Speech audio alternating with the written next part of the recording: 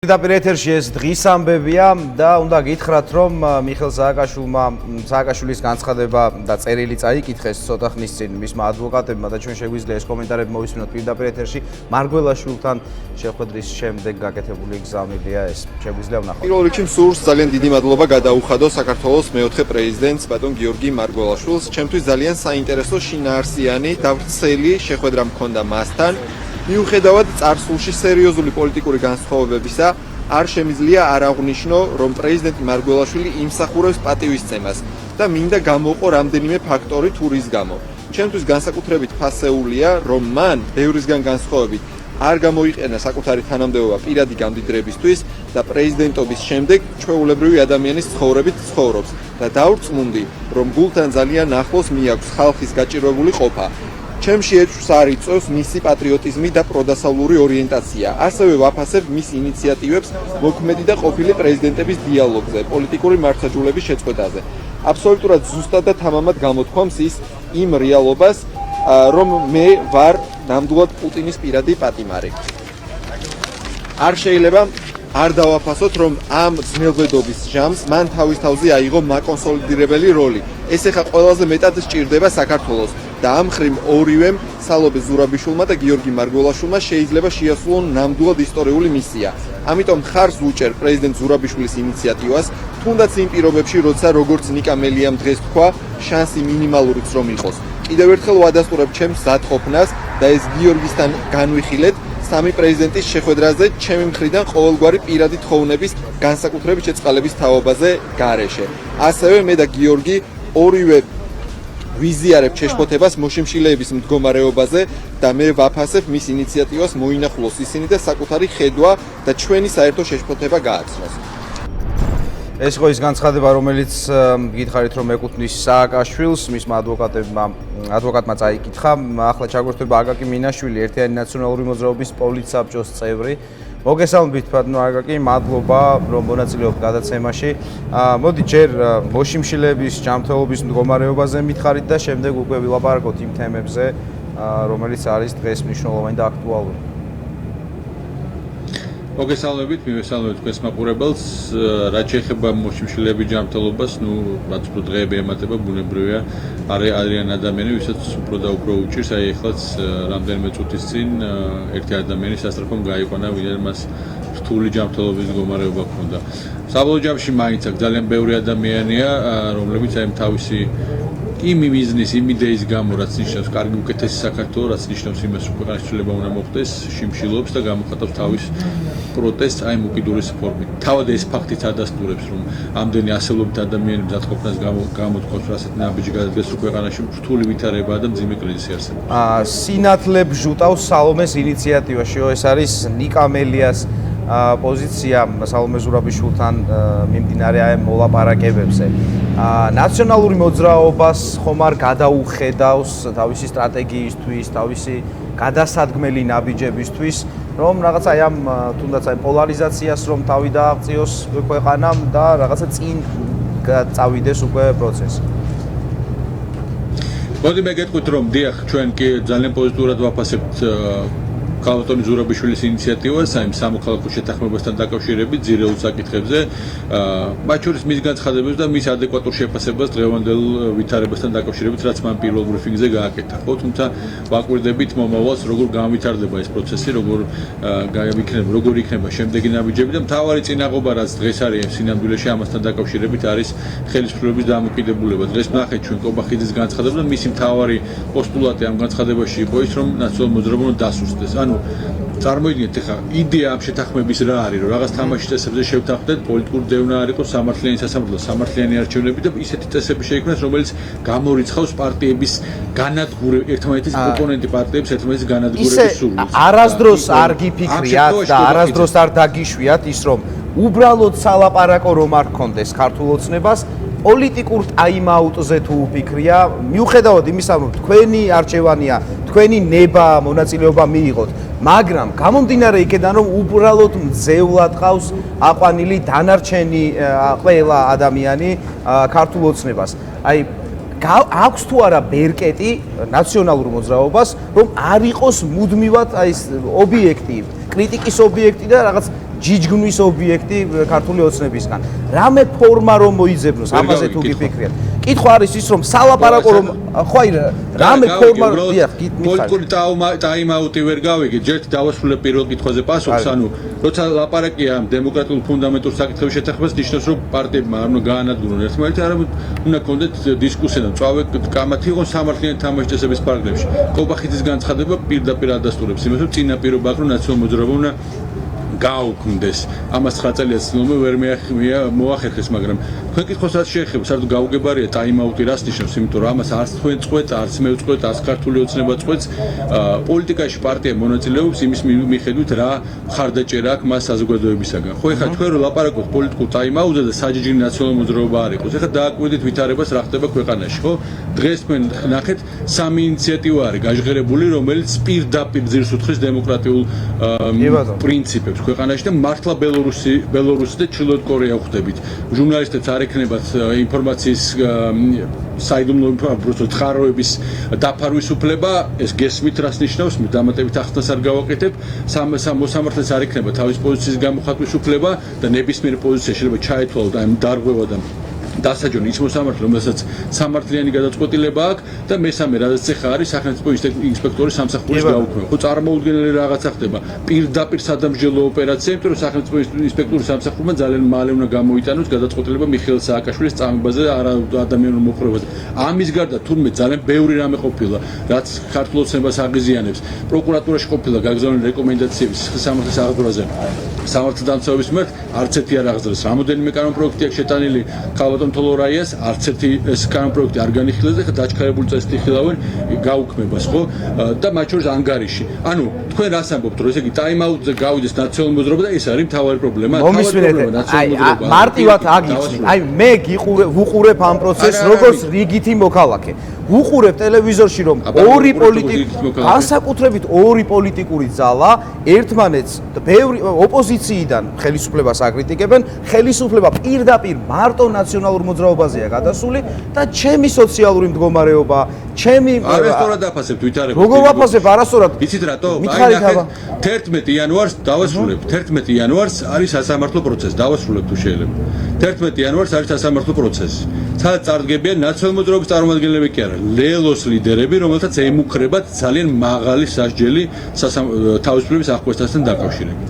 ასევე 11 იანვარს არის თქვენი ტელევიზიის მენეჯერის გენერალური დირექტორის ოჯახის წევრის სასამართლო. ეხლა ნახეთ, არც ერთი ეს ადამიანი არ არის დაკავშირებული ნაციონალურ მოძრაობასთან პირიქით. ისინი იყვნენ კრიტიკული დამოკიდებულობაში ნაციონალურ მოძრაობასთან მიხეილ სააკაშვილთან და მიუხედავად ამისა მიმდინარეობს დევნა, ხომ?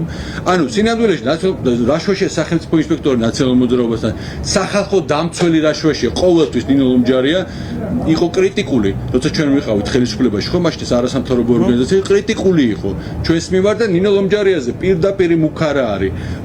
ანუ თქვენ ნახეთ, რამდენიმე კვირის წინ იყო განცხადება პარლამენტში როდესაც კობახიძემ თქვა და მისმა წრემ რაღაც აგრესიულმა წრემ თქვა, რომ შეიძლება სიცხლის სამართლებრივ პასუხისმგებლობას ვიფიქროთ ქალბატონ ლომჯარიას წინააღმდეგ. ანუ და ჩვენ რას ვთავაზობთ საზოგადოებას და ყველას. ეხლა ამაზე ვილაპარაკეთ.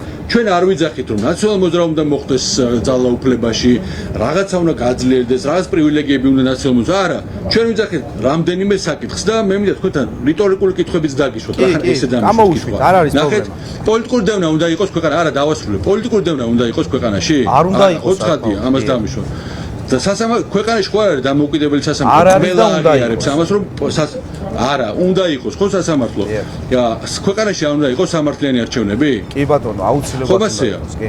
ანუ ჩვენ ამას ვითხოვთ, რომ ამაზე უნდა მოხდეს შეთანხმება და აი ამ სამართლიან პირობებში ნაციონალური მოძრაობას, ლელოს, გირჩიც, ევროპული საქართველოს და ქართული ოცნებაში შეეჯიბროს და იმან გაიმარჯვოს, ვისაც ხალხი დაუჭერს. თქვენ ხო მოუყურებთ ამ პროცესს, რომ ეს არ არის ჯანსაღი პროცესი, რომ არ მოდის ქართული ოცნება არ მოდის ამ კარგ იმაზე, რა ქვია, შეთავაზებებზე. ხო და ამას ვკითხულობ, აი რა ვქნათ? კი ბატონო, აი რა გავაკეთოთ? თქვენ გეკითხებთ ოპოზიციას, თქვენ გინდათ მოსვლა ხელისუფლებაში, შეცვლა. აი მაგას გეუნე, არა, ნახეთ, თქვენ გითხარით, თქვენ მითხარით, რომ ტაიმაუტი უნდა იყოს. არა, ეს ერთ-ერთი კითხვა იყო, ბევრი ვარიანტი შეიძლება განვიხილოთ და ერთ-ერთ დაშვების დონეზე დაუშვათ. მაგაზე გვასუხობთ პატივისცემით. ანუ თქვენ ერთ-ერთ შემოთავაზებად გააკეთეთ ტაიმაუტი. ტაიმაუტის დრო კი არ არის. გააქტიურების დრო არის. თქვენიც, ჩემიც, არასამთავრობო ორგანიზაციების, საერთაშორისო ორგანიზაციების დღეს არ ნახული აქტიურობა და ძალიან მნიშვნელოვანია სახელმწიფო ინსპექტორის სამსახურთან დაკავშირებით, ხო? ამერიკის საელჩო, სახალხო დამცველი არასამთავრობო ორგანიზაციები, გაეროს ოფისი, ასე შემდეგ. ეს არის ერთიანი ძალისხმევა, რომელიც მოგვიტანს საერთო შედეგს. შეუპოვრობა არის ძალიან მნიშვნელოვანი. აი ეს მოქალაქეებიც 200 რამდენიმე ასეული მოქალაქე აქ შიმშილობს და თავის პრინციპებს და რწმენას ანახებს, რომ ყველაფერი შეიძლება, ასე ვთქვათ, ეს არის მნიშვნელოვანი. სხვადასხვა ფორმებია პროტესტის მნიშვნელოვანი, იმიტომ რომ ქართულმა ოცნებამ სხვა საშუალება არ დაგვიტოვა. ანუ დემოკრატიული ინსტიტუტები გააუქმა, არ ფუნქციონირებს ისე, რომ აი ამ დემოკრატიული ინსტიტუტების ფარგლებში ჩვენ შევდოთ შეცვლილების გახორციელება, ხო? იმიტომ რომ რეალურად ნახეთ, ხა არჩევნებში მეორე ტურში ჩვენ ოპოზიციამ ერთად აიღო უფრო მეტი ხმა, ვიდრე ქართულმა ოცნებამ გააყალბეს და ისე მართლობაში არის. იქაც სადაც ვერ გააყალბეს იმდენად, აი რამოდენიმე ქალაქში იცით ეს მაგალითად ზუგდიდში. ანუ მაშინ ასე კითხავს, როდემდე შეიძლება გაგრძელდეს ასე პროცესი? უბრალოდ სადამ შედეგი არ იქნება მიღწეული. შედეგი რით უნდა მივა? აი თქვენ ამბობთ რომ ბრძოლით. მითხარით ეს ბრძოლა როგორია? ან ყოველ ჯერზე ნახეთ ჩვენი ეთერები დაემსგავსა რას? იმას რომ მოდიან პოლიტიკოსები საუბრობენ იმაზე რომ ოცნება არის ცუდი და რომ უნდა ვიბრძოლოთ. ასე გრძელდება ეს ეთერები ყოველ დღე. მერე სად, როგორ? ხო და ნახეთ ეხლა თქვენ მე მიკითხებით იმ ჩვენ ეხლა ვერთვებით კარავიდან და იმ ასე თქო ადგილიდან სადაც 200-ზე მეტი ადამიანი შიმშილობს. გამოხატავს თავის პროტესტს. აი ეს არის მნიშვნელოვანი, არა მარტო ეს ფორმა, მაგრამ სხვა პროტესტის ფორმა. ერთიანი თანამშრომლობა და ერთიანი ძალისხმევა ძალიან მნიშვნელოვანია, იმიტომ რომ ბევრჯერ ქართულ ოცნებას მოუწია უკან დახევა. აი როცა ესეთი ეფექტიანი და აქტიური მოძრაობა და მობილიზაცია იყო. ბევრ მაგალითს ჩამოგდით, მათ შორის ის 20 ივნისს კობახიძემ რო განაცხადა, მე ასე გადადგომას არ ვაპირებდა, რომ გადადგა. როცა ქართული ოცნება ლაპარაკობდა, რომ პროპორციულ სისტემას არ დათუდა, მე სხვათა შორის თლად პროპორციულზე არ გადავიდა, მაგრამ მოუწია უკან დახევა. ამ რის შედეგად იყო ეს? აქტიურობის შედეგად ყველასი, მათ შორის თქვენი ჟურნალისტების, იმიტომ რომ ეს რაც შემოაქვთ ეხლა წყაროსთან დაკავშირებით, მართლაც გაუგონარი რაღაცა. ეგ ნიშნავს, რომ თქვენს კრიტიკულად განწყობილი მედიებს პრაქტიკულად გაჩერება მოუწევთ. ვერცეთ ინფორმაციას ვერ გავაცნობთ, ან თუ გავაცნობთ, თქვენს კოლეგებსაც ყველას შეიძლება დაიჭირონ ციხეში გაუწევთ. აი პირდაპირ გეტყვით რომ აღებაზე ხეხებსაც ვერ მოგჭამს ირაკლი კობახიძე ან ირაკლი ღარ პირდაპირ გეტყვით ამას. იმიტომ რომ აზრი არ აქვს. სხვა რამეს გეუბნებით. არა, სხვა რამეს გეუბნებით. ბევრი სხვა რამეს გეუბნებით. ეგ რა შოში არის? შინაგულეში თქვენ ხო ყველა მედია შეფერხება მოუწევს. კი, შეფერხება უკვე არის კანონების მიღება, რასაც იღებენ. კი, ისმენ. არა, ხო და ამას გეუბნებით, მიუახლოვდით კი არა, ალბათ უკვე ბელორუსი დღევანდელი რეჟიმი და ჩრდილოეთ კორეის ვითარება ხდება.